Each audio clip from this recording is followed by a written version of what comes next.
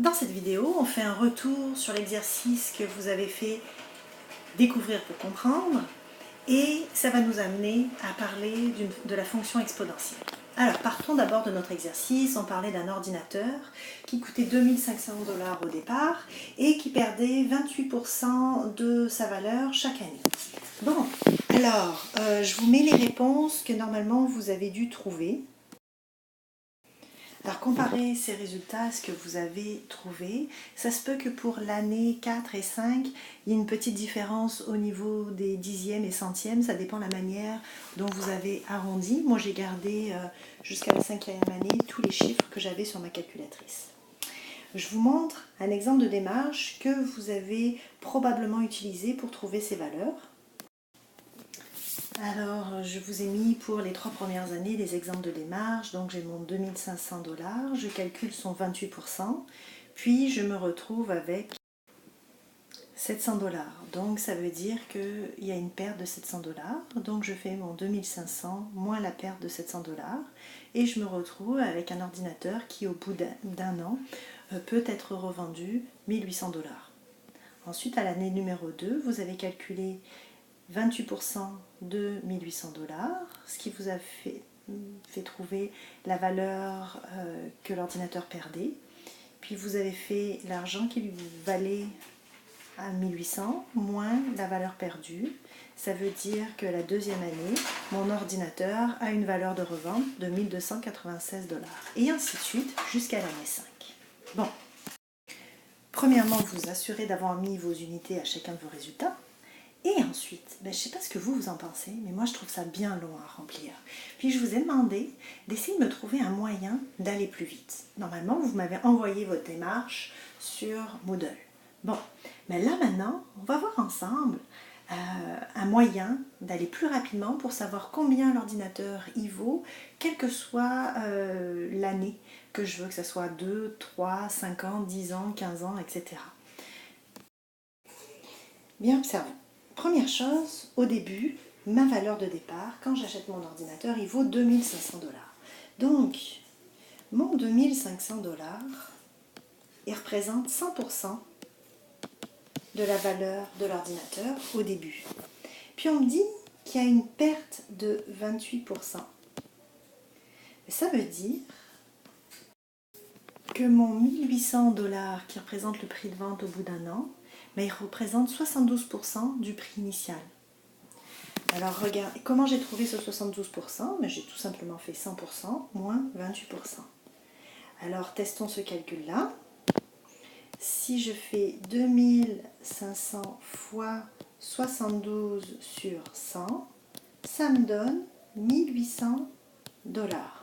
Ça déjà, c'est beaucoup plus rapide que faire cette étape-là et ensuite celle-là. Puis on peut le simplifier un peu encore. 2500, 72%, on peut l'écrire sous forme de nombre décimal. Faites le calcul et vous verrez, vous trouvez directement 1800 $. Voyons si ça peut fonctionner les années suivantes. Donc, pour les années suivantes, je dois repartir de mon nouveau prix qui est 1800 $. Ce prix va représenter 100% de mon prix de l'ordinateur, puisque maintenant il vaut 1800 $. Et il va falloir que je lui enlève 28%, parce que mon ordinateur continue à perdre 28% de sa valeur. Ce qui veut dire que l'année numéro 2, le 1296 $ va représenter 72% de mon 1800. Ce qui veut dire que 1800 $, si je multiplie par 0,72, ça va me donner 1296 $. Puis regardez, comment j'avais fait pour trouver mon 1800 $? J'avais fait 2500 fois 0,72. Mais refaisons-le. 2500 fois 0,72, qui me donnait mon 1800 $, fois encore 0,72, qui me permet de trouver le 1296 $. Puis ceci, comment on peut le résumer? 2500 fois 0,72, le tout au carré. Puis je pourrais continuer ainsi et écrire pour l'année numéro 3.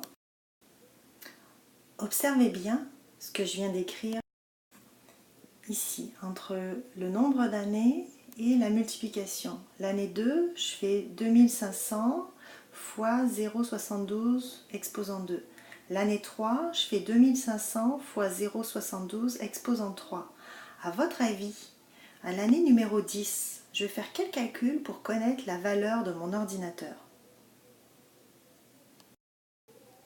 Si on prend notre table des valeurs, on constate qu'à chaque fois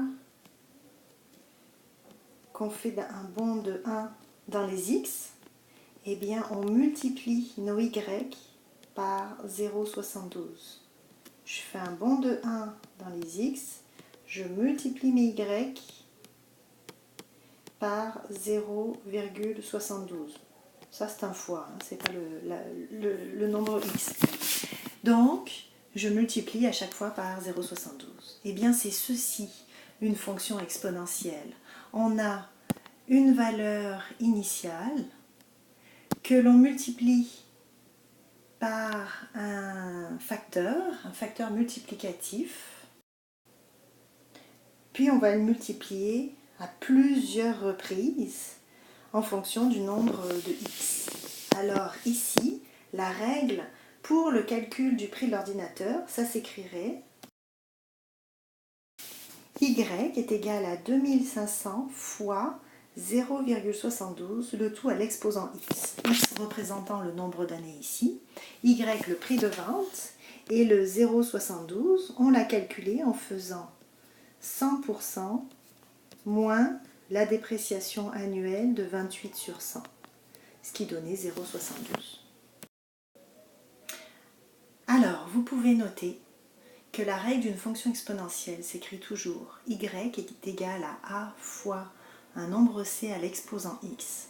A, c'est la valeur initiale, elle est toujours différente de 0. C, c'est le facteur multiplicatif. Il est toujours plus grand que 0 et sa valeur est toujours différente de 1. Ça ne peut pas être 1, d'accord? Ça ne peut pas être 0 non plus. C'est n'importe quel nombre positif supérieur à 0, sauf 1. Puis x est la valeur de la variable indépendante. Donc nous, dans notre exemple, notre valeur initiale, c'était le prix de l'ordinateur, c'était 2500 $. Le facteur multiplicatif, c'était 0,72. On l'avait trouvé en faisant 100% moins 28%. Puis les valeurs de notre variable dépendante, c'était le nombre d'années. Vous allez voir, souvent dans les fonctions exponentielles, quand il y a un contexte, le x, ça va représenter les années, les jours, les minutes, les heures aussi, les nombres de mois, bref, le rythme auquel on va faire les observations. Alors maintenant, à vous de faire l'exercice observer pour comprendre suite grâce à ces nouvelles notions sur la fonction exponentielle.